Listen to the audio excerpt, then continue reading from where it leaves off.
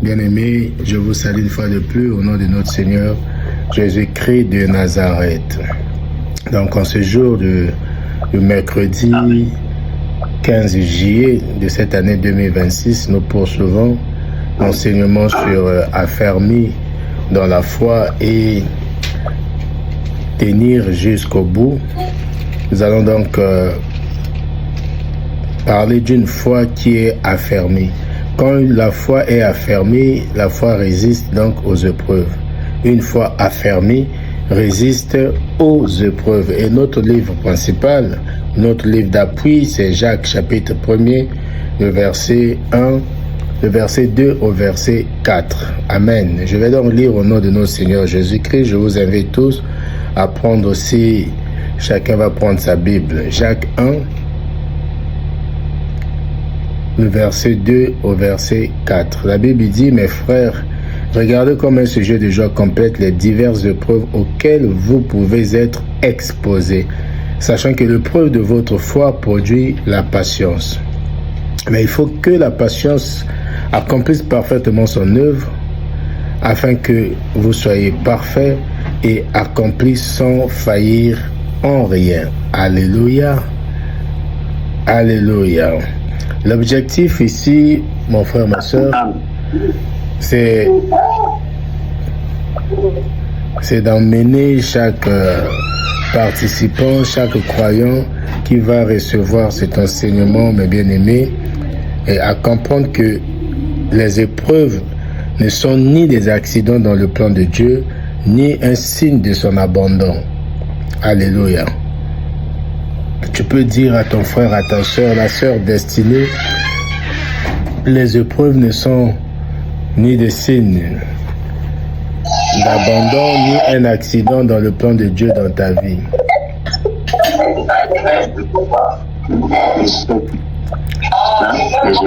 Les épreuves ne sont ni un accident dans le plan de Dieu, ni un signe de l'abandon de Dieu.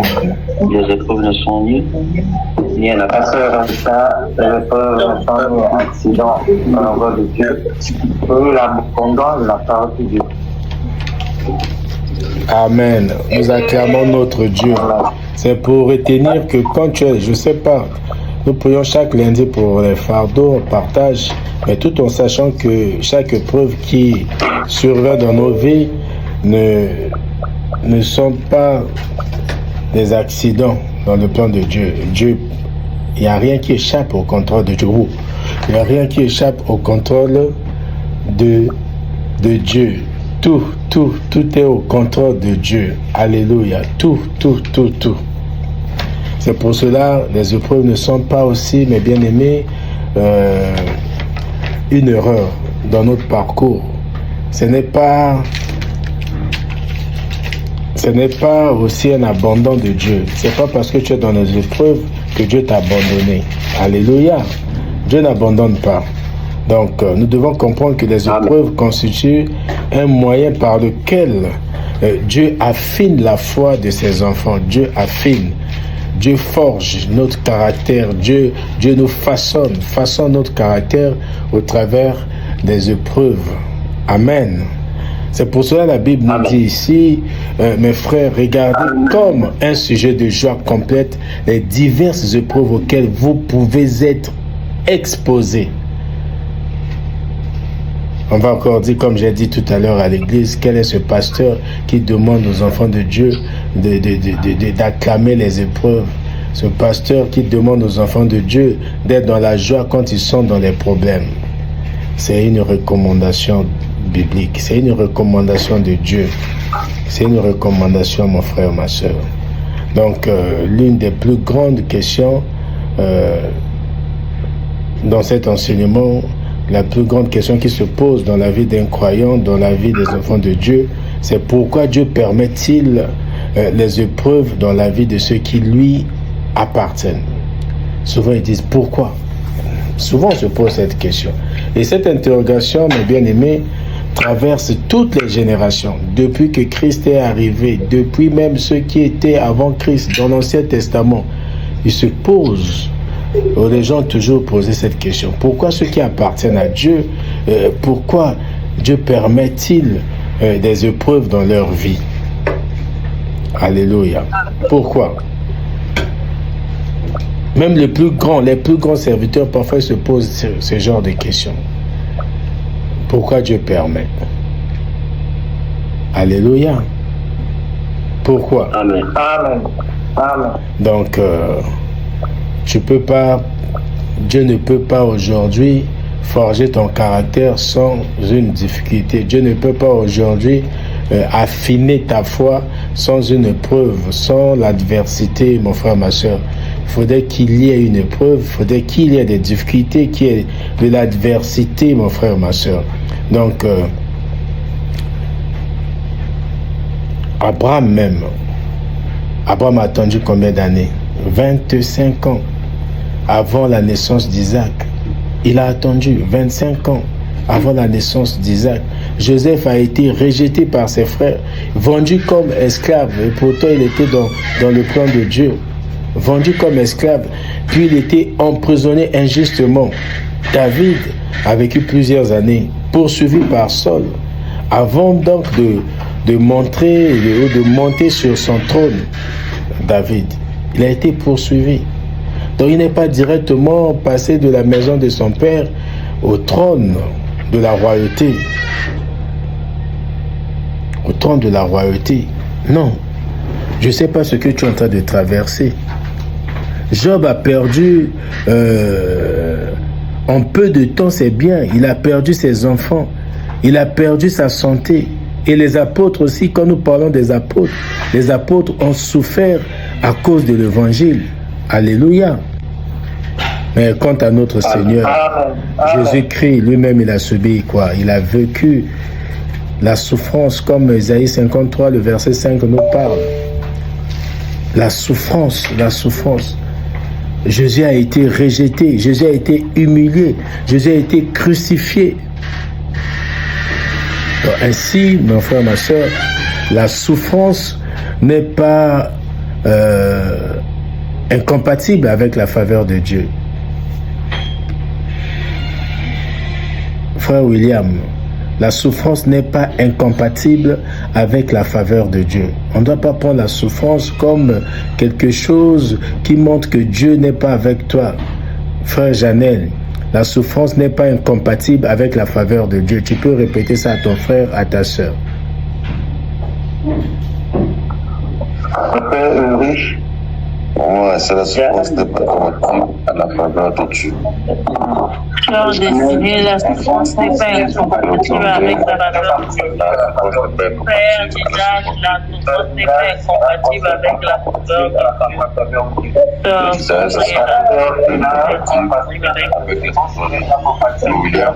Dieu. La souffrance n'est pas compatible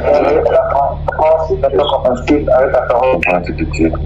La sœur Destinée, la souffrance n'est pas compatible à la parole de Dieu. Jurlande, Beltrame, la souffrance n'est pas compatible. William, la souffrance n'est pas compatible avec la faveur de Dieu.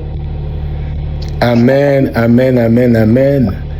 Non, au contraire, je vais dire à une personne que la souffrance fait souvent partie du processus de formation spirituelle. Dis avec moi, processus de formation spirituelle.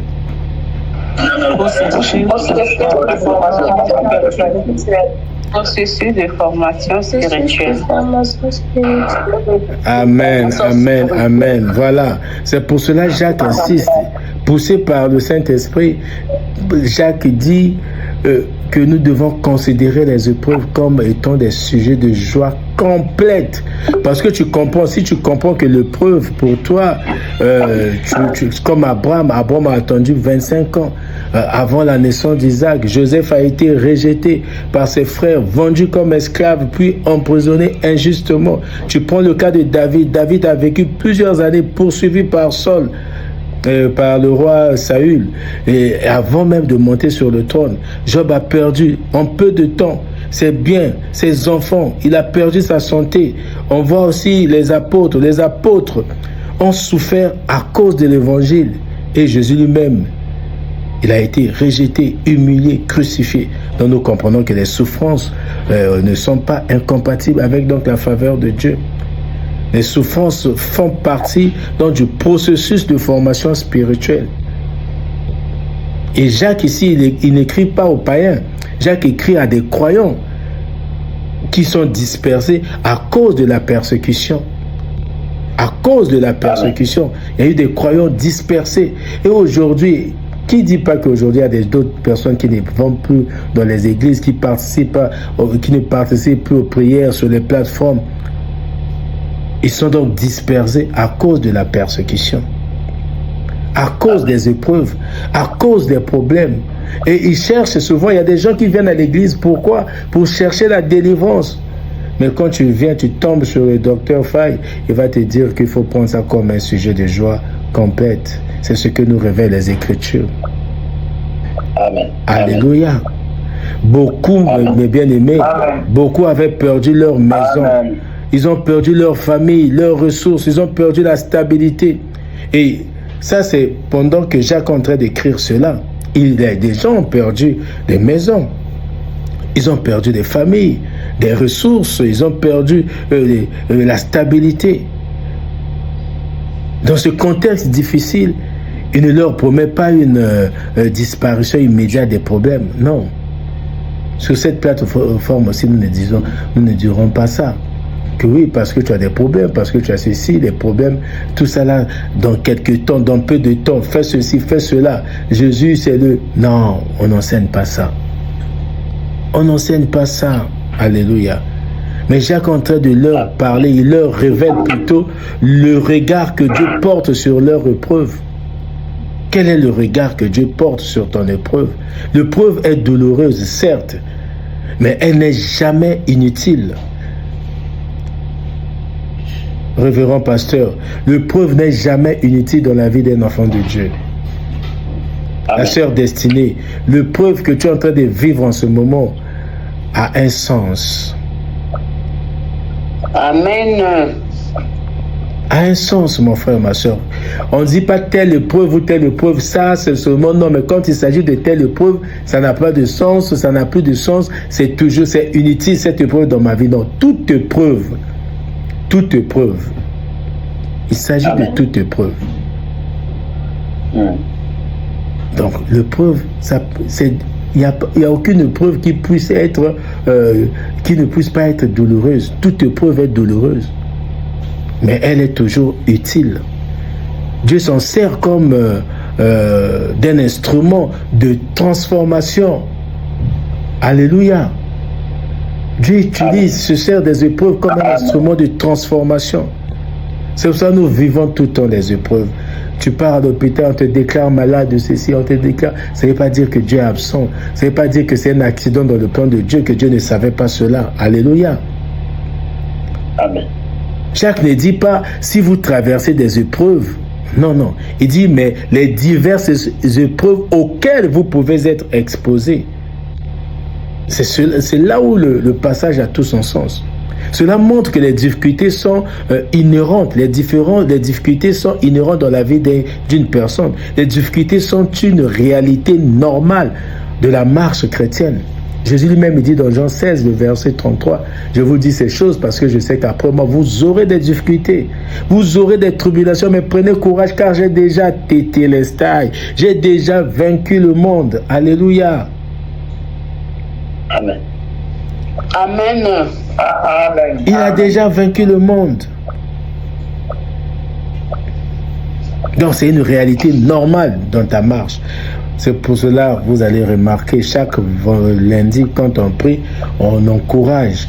1 Corinthiens chapitre 10, le verset 13, la Bible nous montre que Dieu connaît nos limites, Dieu connaît nos forces, Dieu connaît nos faiblesses et il ne peut pas nous laisser tenter au-delà de nos forces. Donc ce que tu vis actuellement, mon frère, ma soeur, je ne sais pas, c'est vrai, c'est douloureux, mais c'est gérable. Par la foi, tu dois être affermi dans ta foi pour gérer cela. Alléluia. C'est gérable. Jean 16, 33. Vous aurez des tribulations dans le monde. Mais prenez courage, j'ai vaincu le monde. Donc le chrétien n'est pas exempt de difficultés. C'est pas parce qu'il y a des gens qui se disent je vais être chrétien et il n'y aura plus de difficultés. Non. Tant qu'on est sur la terre, Dieu a planifié les difficultés sur notre parcours.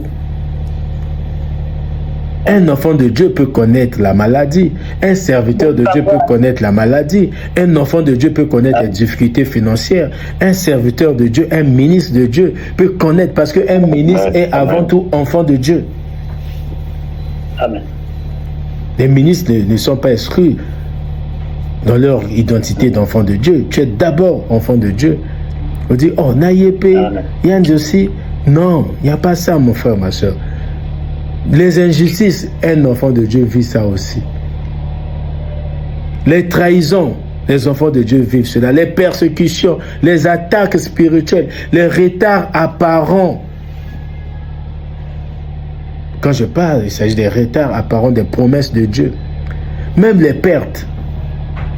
Tout ça, ça fait partie des tribulations. Ça fait partie des difficultés. Ça, Jésus dit, vous allez vivre cela, mais prenez courage. Donc, dans ta difficulté, je viens te dire, prends courage, mon frère, ma soeur, parce que Jésus a déjà tout accompli pour toi. Amen. Dans ton épreuve, prends courage. Amen. Tout a été accompli sur la croix pour toi.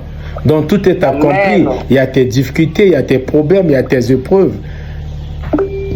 C'est ça, Paul aussi, dans Romains chapitre 12, le verset 21, dit, ne vous laissez pas vaincre par le mal, mais transformez le mal par le bien.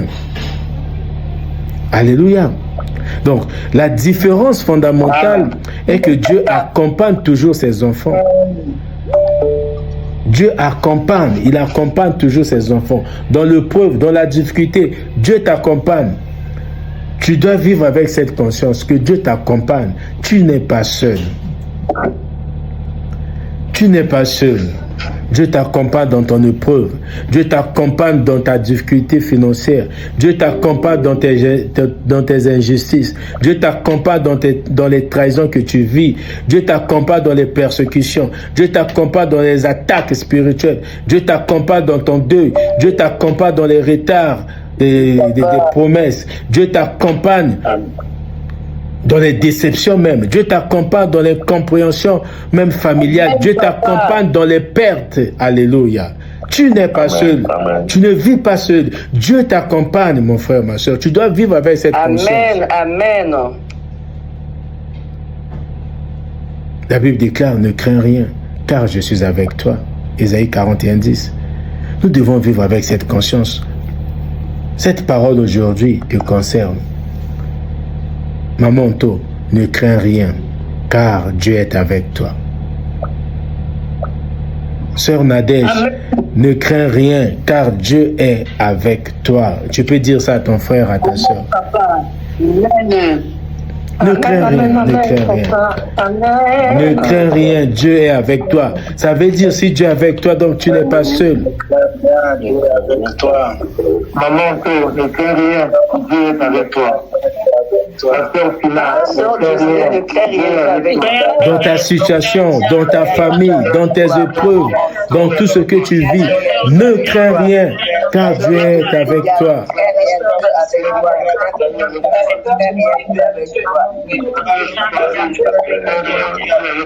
Dans ton appel, dans ton ministère, ne crains rien, Dieu est avec toi.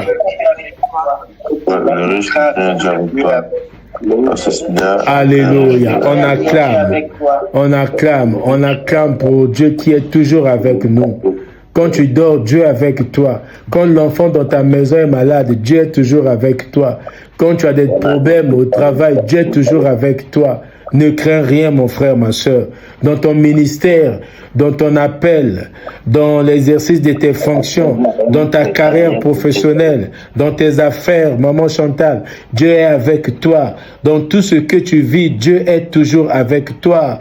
Oui, Dieu est avec toi. Dans ton contrôle de santé, Dieu est avec toi. Dans ton rendez-vous à la préfecture, Dieu est avec toi.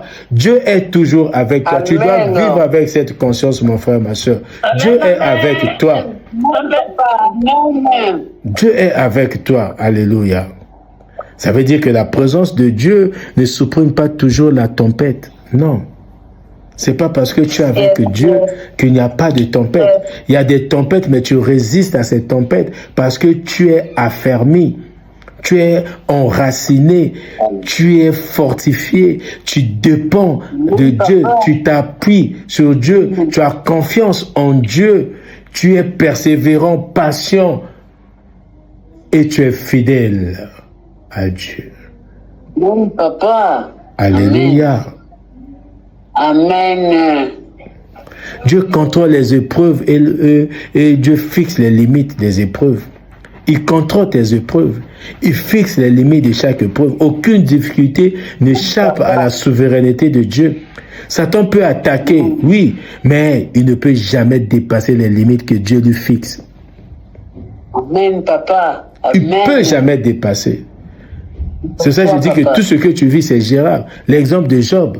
Job est particulièrement... l'exemple de Job est particulièrement parlant. Satan voulait détruire Job.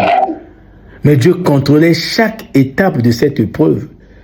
Dieu contrôle chaque étape de ton épreuve. Dieu contrôle chaque étape de ta marche. Dieu contrôle chaque situation de ta vie. Alléluia. Dieu contrôle.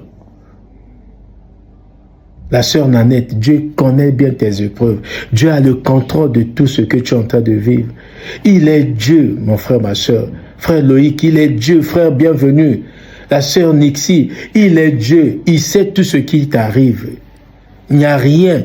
Donc, Dieu contrôle les épreuves et Dieu fixe les limites de tes épreuves. Parce qu'il connaît ta force, il connaît tes faiblesses. Dieu connaît la durée de ton combat. Dieu connaît l'intensité de ton combat, mon frère, ma soeur. Ce que Dieu connaît, ce que nous sommes capables de supporter. Dieu connaît le moment où il doit intervenir. Ce n'est pas parce que tu as prié que Dieu va nécessairement intervenir. Ce n'est pas ton majordome. Le Dieu est souverain. Il est fidèle, comme nous lisons 1 Corinthiens chapitre 10, le verset 13 que j'ai cité. Dieu est fidèle. Il ne permettra pas que vous soyez tentés au-delà de vos forces. Alléluia. Lorsque tout semble échapper à notre contrôle, mais rien n'échappe au contrôle de Dieu. Rien. Rien n'échappe au contrôle de Dieu. Tu peux penser que tout ce que tu es en train de faire, c'est à l'abri des yeux des hommes. Mais Dieu est au-dedans de toi. Il n'y a rien qui lui échappe. Il n'y a rien qui perd, il peut perdre le contrôle de rien. Donc cette vérité, mon frère, ma soeur, doit nourrir ta paix intérieure. Que ce que tu es en train de vivre aujourd'hui, Dieu le sait. Il sait à quel moment il va intervenir. Quand il n'a pas encore intervenu, ça veut dire que ce n'est pas le moment. Alléluia. Ce n'est pas le moment, la soeur belle grâce. Il sait, il n'y a rien qui échappe. Il n'y a rien qui échappe au contrôle de Dieu. Parfois, nous nous accusons dans le passé. Pourquoi j'ai fait ceci? Pourquoi j'ai rencontré ceci? Pourquoi j'avais péché dans ce sens? Parfois, Dieu a fait juste cela pour que plus tard, les années à venir, que tu sois connecté avec la personne pour ton avenir. Donc, Dieu a le contrôle de tout. Alléluia. Amen. Amen, papa. Dieu est au contrôle de tout, il a le contrôle de tout. Dieu utilise les épreuves, mon frère, ma soeur, pour révéler la qualité de notre foi. Comme Dieu utilise les tempêtes pour montrer la résistance d'un arbre. Il y a des vents, il y a des tempêtes, pour savoir vraiment jusqu'à quel point est-ce que cet arbre tient. Cette maison va tenir debout. Matthieu chapitre 7, le verset 24, Jésus dit, celui qui entend ces paroles et les met en pratique est semblable à cet homme prudent qui bâtit sa maison sur le roc. Les vents, les tempêtes arrivent, sa maison ne vacille pas. C'est pour ça ma prière est que cette parole, à la fin de cet enseignement, de ce soir, que tu sois profondément enraciné dans la parole de Dieu, que ta foi plonge profondément dans la parole de Dieu. Alléluia. Amen. Amen. Amen. Amen. Une foi, mon frère, ma soeur, une foi qui n'est jamais éprouvée restera toujours théorique. C'est dans la difficulté que l'on découvre réellement ce qui habite notre cœur. C'est dans la difficulté. C'est pas les actions. C'est pas les actions qui définissent réellement le contenu de notre cœur. Ce sont des réactions. Alléluia. Quand quelqu'un te parle mal, Amen. Amen. on attend le retour, ta réaction. Quand quelqu'un te frappe sur la joue gauche, on attend ta réaction.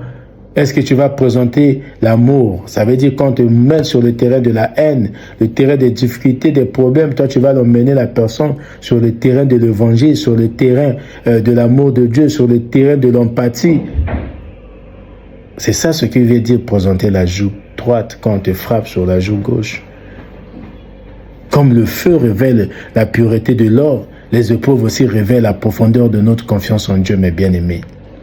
Et lorsque tout va bien, il est facile de dire que nous faisons confiance au Seigneur. C'est facile de dire que tu fais confiance au Seigneur parce que tu n'es pas encore confronté à une épreuve. Mais quand les épreuves surviennent, comme Jacques est en train de dire, considérez les épreuves qui pourront survenir dans vos vies comme des sujets de joie parfaite. Mais lorsque les prières semblent sans réponse, lorsque les portes demeurent fermées, lorsque les ressources diminuent dans ta maison, dans ta vie, dans ta compagnie, lorsque les diagnostics médicaux sont inquiétants, tu pars à l'hôpital, on dit que ton cœur, on parle de la tension, on dit ton pancréas, on commence à parler. Donc les diagnostics médicaux deviennent un peu inquiétants pour toi. Et lorsque les proches t'abandonnent, tu es rejeté, c'est alors la véritable nature de notre foi qui apparaît en surface. C'est la véritable nature de ta foi. Tu entends la parole aujourd'hui, tu as écouté la parole hier, tu as entendu la parole aussi avant-hier. Mais affermi dans la foi, selon ce que vous avez reçu comme parole. Donc, afin que l'épreuve de votre foi ait pour résultat la louange, la gloire et l'honneur, lorsque Jésus-Christ apparaîtra. Je suis dans 1 Pierre chapitre 1, le verset 7. Dieu ne teste pas notre foi pour découvrir ce qu'elle vaut. Non, Dieu sait. Il sait déjà. Donc, il permet juste l'épreuve afin que nous-mêmes nous découvrons où nous en sommes et que notre foi soit fortifiée. Est-ce que quelqu'un a écouté cela? Est-ce que quelqu'un a reçu cela? Amen. J'étais en train de dire que Dieu ne teste pas ta foi pour découvrir ce que ta foi vaut. Non. Lui, il sait déjà. Il connaît le niveau de ta foi. Donc, il permet juste l'épreuve afin que toi-même, tu découvres où tu en es avec ta foi et afin de fortifier ta foi. Alléluia. J'étais en train de dire à une personne que les épreuves produisent la patience et la patience, la persévérance. Jacques affirme, l'épreuve de votre foi produit la patience. Le mot grec qui traduit la patience ici désigne la capacité de rester ferme sous le poids des difficultés sans abandonner. La capacité de rester ferme sous le poids des difficultés sans abandonner. Tu as des difficultés, les médecins ont parlé, mais toi tu te concentres à ce que Dieu a dit. Parce que ce que Dieu dit est plus vrai que ce que tes médecins ont dit. Ce que Dieu te dit est plus vrai que ce que tu es en train de vivre. Ce que Dieu a dit est plus vrai que ce que tu es en train de traverser. Ce que Dieu a dit est plus vrai que ta situation, plus vrai que ta circonstance, plus vrai que ton épreuve. Alléluia. Amen. Amen. Alléluia. Amen. J'aime cet enseignement, mes bien-aimés. C'est pour ça que ça intervient à la 3e semaine de cette deuxième moitié de l'année. Parce que nous devons persévérer jusqu'au bout, jusqu'en fin d'année. Nous devons persévérer. La patience biblique n'est pas une résignation passive. Non, non. C'est une persévérance qui est active. La patience biblique consiste à continuer à prier, continuer à servir Dieu, continuer à marcher dans l'obéissance, continuer à aimer, continuer même à espérer, même lorsque rien ne semble évoluer. Tu continues de persévérer, tu continues à aimer, tu continues de prier, tu continues à servir Dieu, à marcher dans l'obéissance. Alléluia. Comme un athlète. Comme un athlète. Un athlète devient plus fort grâce à l'entraînement. Le croyant aussi devient plus solide grâce au combat qu'il traverse avec Dieu. Si tu ne traverses pas le combat, tu ne peux pas être solide. Mais si on traverse le combat et que en s'appuyant, en restant attaché à Dieu, en demeurant fidèle. Alléluia. Tu vas lever ta voix et tu vas prier, mon frère, ma soeur. Tu vas prier pour que tes épreuves produisent la patience et la persévérance. Tu vas prier pour que Dieu façonne le caractère de Christ en toi. Tu vas prier, mon frère, ma soeur, pour une foi mature, une foi qui demeure stable malgré les circonstances. Tu vas prier, mon frère, ma soeur, alors que tu es en train d'écouter ma voix, tu peux déjà commencer à lever ta voix, pour que Dieu utilise les épreuves pour révéler la qualité de ta foi. Tu élèves ta voix et prie pour que Dieu contrôle tes épreuves et que Dieu continue à fixer leurs limites au nom de Jésus-Christ. Élevons nos voix, nous prions. Alléluia. Prions, mes bien-aimés. Prions, mes bien-aimés. Prions, mes bien-aimés.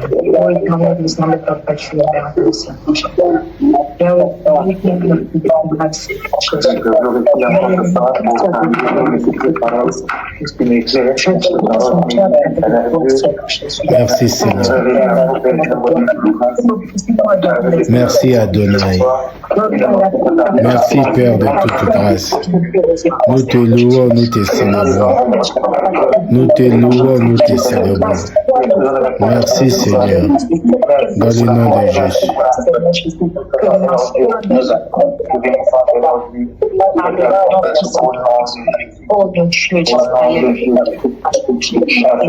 Merci Seigneur. Merci Père Dieu. Nous te louons, nous te célébrons.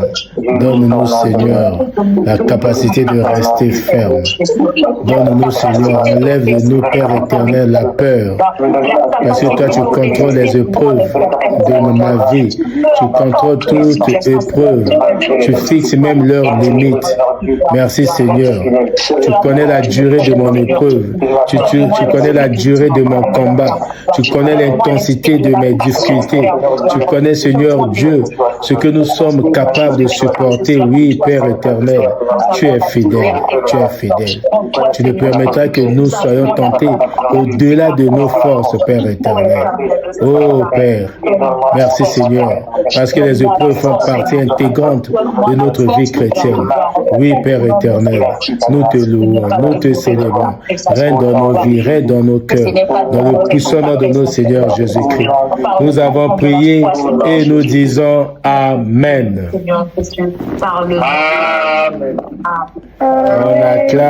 On acclame notre Dieu. Alléluia, alléluia. Nous acclamons.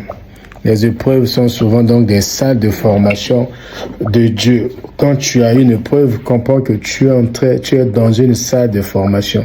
Ce que nous appelons parfois des obstacles, c'est en réalité un processus de Dieu pour notre transformation.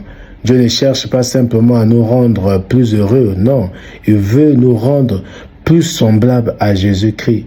Et cela passe par les épreuves. Alléluia.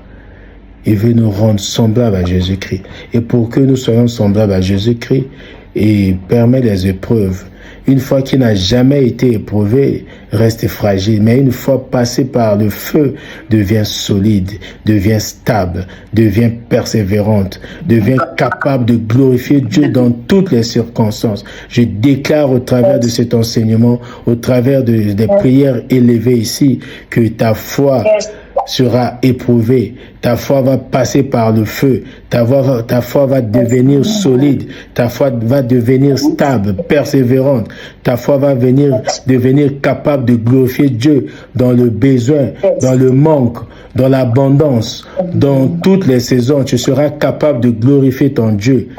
Alléluia. Au nom de Jésus. Au nom de Jésus. Au nom de Jésus. Tu vas vivre avec la conscience, la révélation de Romains 8, 28, que toute chose concourt pour ton bien parce que tu aimes Dieu. Au nom de notre Seigneur Jésus-Christ, que la grâce de notre Seigneur Jésus-Christ, l'amour de Dieu notre Père et la communion du Saint-Esprit soit le partage de tout et chacun ainsi que de sa famille aujourd'hui et à jamais. Au nom de Jésus. Amen. Amen. Amen. On se retrouve donc demain pour la continuité. On se retrouve demain pour la continuité. Que cette parole soit comme une graine, une sémence qui doit pousser. Chaque sémence, quand on sème, il y a toujours une récolte.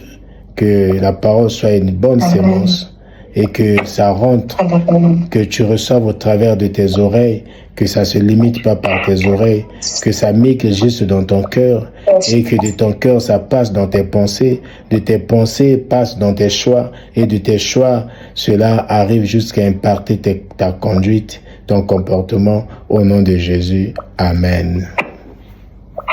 Amen.